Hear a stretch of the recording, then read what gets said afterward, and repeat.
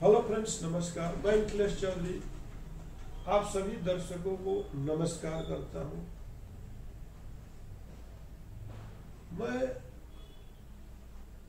आप लोग का आभारी रहूंगा कि आप जितने भी हमारे YouTube चैनल को सब्सक्राइब करते हैं और हमें देखते हैं। हमें बहुत खुशी होती है। और खुशी क्यों नहीं होगी? अपनी बड़ाई किसको अच्छी नहीं लगती है? सब लोग एक मुकाम पे पहुंचना चाहता है, सभी लोग चमकना चाहते हैं। क्या उसमें से आप नहीं हो जो चमकना नहीं चाहते हो? चमकाने के लिए खुद वस्तुएं नहीं चमकती है, कारीगर उसको चमकाते हैं। किसी का वैल्यू खुद नहीं बढ़ता है, उसको वैल्यू को बढ़ाने वाले लोग की जो सोच होती है, जो देखने की दृष्टि होती है, वही वैल्यू को बढ़ा देती है। तो हमारा तो वैल्यू आप लोग के वजह से है। हमारा जो उत्थान है आपके हाथों में, हमारा पतन आपके हाथों में है।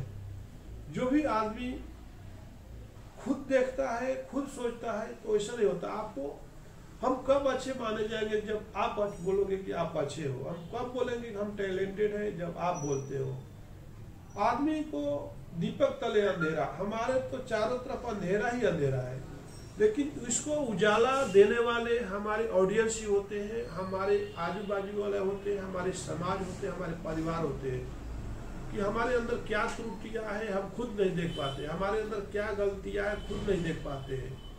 ये ऊपर का जो आवरण है, बनावट है, और इसके अंदर कितनी गंदगी छिपी हुई है आपको भी पता है, हमें भी पता है। फिर भी हम बोलते हैं कि स्वच्छ है, सुरक्षित है। ऐसा नहीं है। हर आदमी के अंदर कमियां है, कमजोरियां है। फिर भी उस कमियों को, कमजोरियों को छुपा करके कितना भी कोशिश करता है इंसान, को कमियां छूटती नहीं है। तो मैं मिथिलेश चौधरी आप लोग से यही बोलना चाहूंगा कि हमारे अंदर जो कमियां है हमारे कमेंट बॉक्स में जरूर लिखिए। मैं उसको सुधारने की कोशिश करूंगा।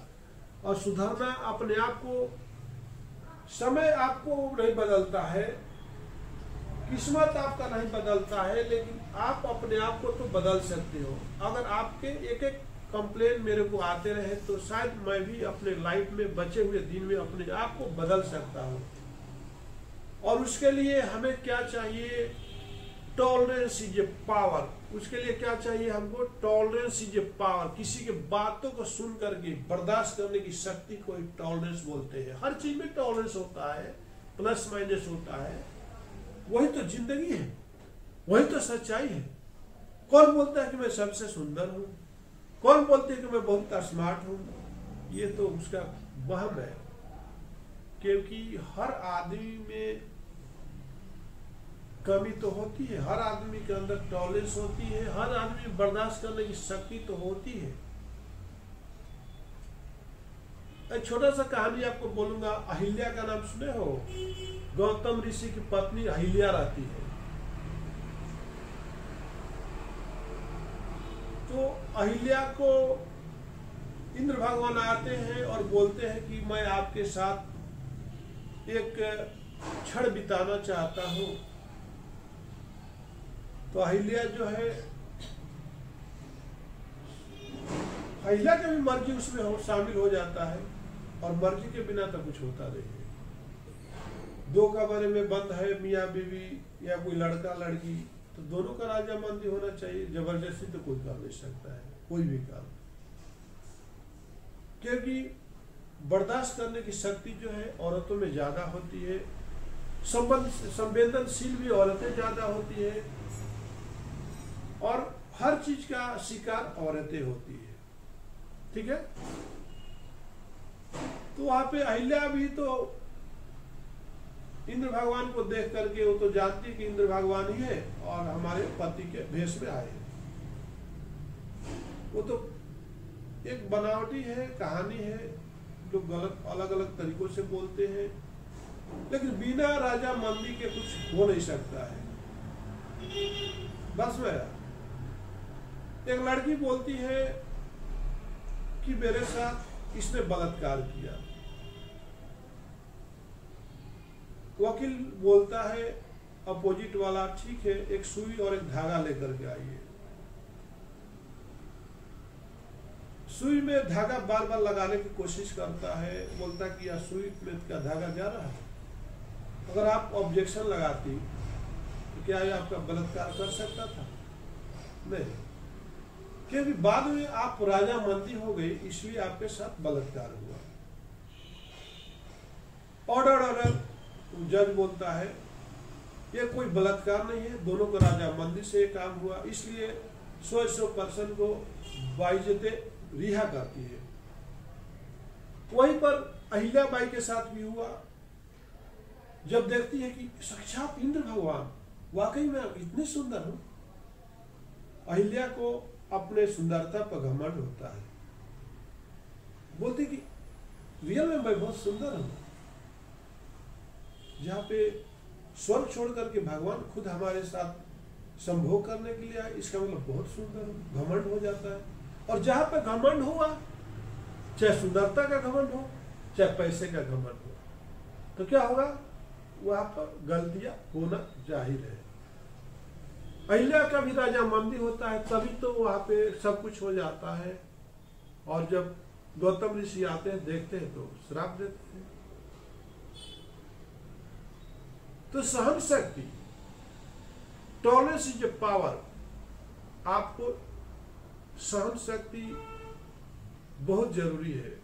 कोई भी क्या बोलता है, जिस तरह से एक पेड़ होता है उसमें फल आता है, जिसमें फल नहीं रहता है उसमें कोई भी पत्थर नहीं मारता है। जब वही फल आ जाता है तो उसको सब लोग पत्थर मारते हैं, लेकिन फिर भी वो पेड़ जो है बर्दाश्त करता है और उसके बदले में क्या देता है? क्या देता है? फल ही देता है।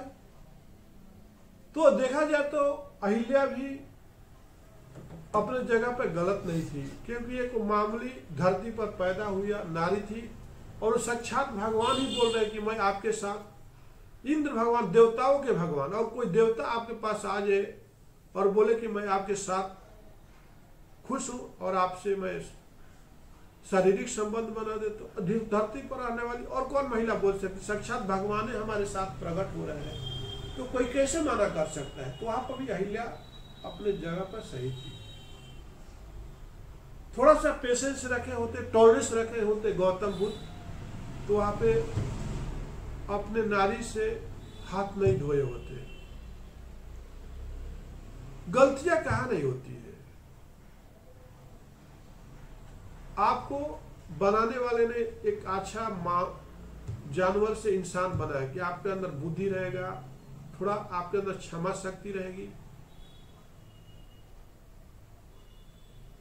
अब एक दूसरी बताइए, कुंती थी महाभारत में, उसका शादी भी नहीं होता है और उसका बच्चा पैदा हो जाता है कर्ण, सूर्य के साथ उनका संबंध बन जाता है। सूर्य भगवान, वो भी तो देवता थे और ये भी तो धरती पर थी, तो वहां पे किसी ने उनको श्राप क्यों नहीं दिया कि तुम भी पत्थर बन जाओ? बात समझ में? देखो कहानी कितनी मोड़ ले रही है। और फिर उसी से पांडव शादी कर लेते हैं। मान लें कि इसका कुंवारे में बच्चा पैदा हुआ है और आप अगर आज के जनरेशन में कोई शादी करेगा, क्योंकि उसके पास टॉलरेंस नहीं है। Tolerance is a power. आपके पास सहन शक्ति नहीं है। एक बात, ये गलती एक से तो नहीं होती है ना। अब कोई साक्षात भगवान ही आ जाएगा आपके साथ गलती करने के लिए, तो आप क्या करोगे? वहां पर टॉलरेंस जरूरी है ना।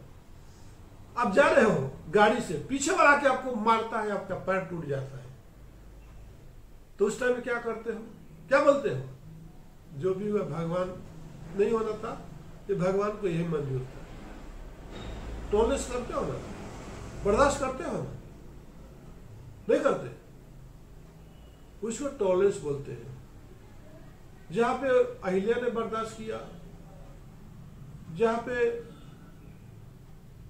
कुंती ने बर्दाश्त किया, जहां पे एक तरफ सरस्वती जी ने बर्दाश्त किया, जिसको आपको बोलते हो साक्षात विद्या के देवी सरस्वती, उनसे तो उनका फादर ही ब्रह्मा जी जिसने पैदा किया, वही से उसके साथ संभोग किया। तो टॉलरेंस इज ए पावर। आप सरस्वती जी को पूजा क्यों करते हैं? बोल दो ना कि अरे क्या मैं अपने फादर से संबंध बनाऊंगा तो लोग समाज में लोग एक्सेप्ट करेगा? आपने अपने साथ फादर के साथ संबंध बनाया, बच्चा पैदा किया, फिर भी आपको पूज रहे हैं हम लोग। बात समझ में आया? तो टॉलरेंस इज ए पावर। जिसने शांत किया वही पावरफुल में है। जिसने बर्दाश्त किया है उसी को लोग पूजा करते हैं। बात समझ में आ गया? हाँ? तो जिसने बर्दाश्त, सरस्वती जी ने अपने फादर के साथ सहवास करके संभोग करके भी आप पूजनीय हैं। लेकिन आज पृथ्वी लोक पर कलयुग में अगर कोई भी पराय वर्त के साथ कुछ संभोग कर लेती है तो आपको वो निंदनीय हो जाती है, पूजनीय नहीं रहती है। क्योंकि आज के समाज में सहन शक्ति है नहीं। बात समझ में?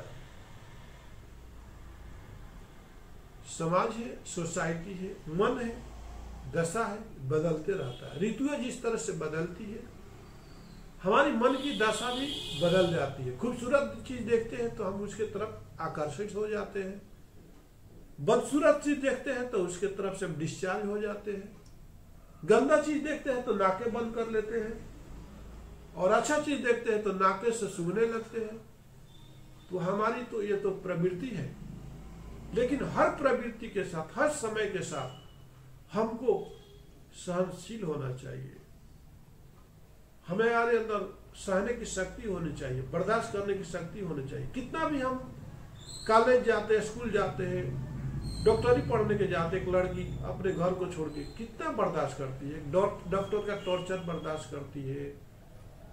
डॉक्टर गलत निगाह से देखता है, स्टूडेंट गलत निगाह से, तो उसका जो टॉलरेंस था ना, वहां तक पहुंचने का मतलब, आप क्यों बोलते हो कि बहुत बड़ा आदमी है? बात समझ रहा? एक एमएलए कैसे बन गया, एक कारपोरेटर कैसे बन गया, एक पीएम कैसे बन गया, एक डॉक्टर कैसे बन गया, एक बड़ा इंजीनियर कैसे बन गया? आपके लिए वो पूजनीय कैसे बन गया बता सकते हैं? क्योंकि उसने बहुत बर्दाश्त किया होगा। आप यहां तक आने के लिए आपको कुछ तकलीफ आती है तो आप बर्दाश्त नहीं कर पाते हो, और वहां तक जाने के लिए उसने कितना तकलीफ किया होगा। बस समझ में आया? बस समझ में आ रहा नहीं आ रहा?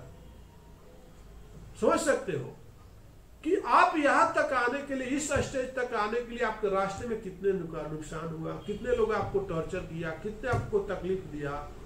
यहां तक आने के लिए बोलते बहुत तकलीफ है जिंदगी में। और जिसने उस ऊंचाई तक पहुंचा, करोड़ों में उसका नाम है, अरबों में उसका नाम है, तो उसने कैसा रात में सोया होगा? सोच सकते हो? मोदी कैसा सोता होगा, केसीआर कैसे सोता होगा, लालू प्रसाद यादव कैसे सोता होगा? आप तो 8 घंटे सो जाते हो। बड़ी बड़ी हस्तियां किस तरह से रात में सोती होगी? कितने उसके कॉल आते होंगे, कितने उसके दरवाजे बजते होंगे? आप सोच सकते हो? क्योंकि टॉलरेंस इज ए पावर। उसके अंदर सहन शक्ति है, बर्दाश्त करने की शक्ति है। रास्ता से गुजरेगा, लोग गाली देंगे, ट्वीट करके गाली देंगे, फेसबुक पर गाली देंगे, क्या वो नहीं देखता? हर चीज देख करके भी वो एक्शन नहीं ले सकता है, क्योंकि एक्शन के बाद रिएक्शन होता है, क्रिया के प्रति प्रतिक्रिया होती है। तो हमें वही क्रिया करना चाहिए, प्रतिक्रिया को छोड़ देना चाहिए। इसलिए मैं बोलता हूं कि सहन शक्ति बहुत ही जरूरी है लाइफ के लिए। अगर आपके पास सहन शक्ति नहीं है, बर्दाश्त करने की शक्ति नहीं है, तो आप नंबर 1 पर कहीं भी नहीं जा सकते हो। हर जगह पे दुनिया में अच्छाई है, बुराई है, लेकिन सबको बर्दाश्त करते हुए, हर मौसम के साथ लड़ते हुए आपको जिंदगी में आगे निकलना चाहिए। नमस्कार, धन्यवाद।